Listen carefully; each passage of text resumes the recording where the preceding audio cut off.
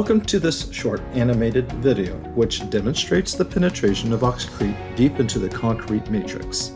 The science behind Oxocrete is based on the mutual attraction of positive to negative ions. This video provides a representation of the Oxocrete penetration process. The first phase is to introduce positively charged acidic water into the concrete. This application forms an alkaline solution that penetrates deep into the concrete matrix.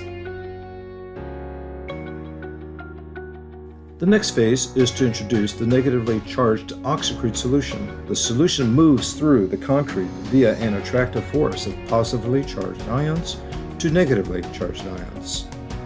Calcium silicate hydrate is formed, thereby creating hardening towards the surface, and aero-silicate gels deeper. The result? Hardening of the concrete to strengths that will restore the concrete hardness like new. And as a result of the chemical reaction, the pH is restored to high alkalinity levels that are greater than or equal to 11.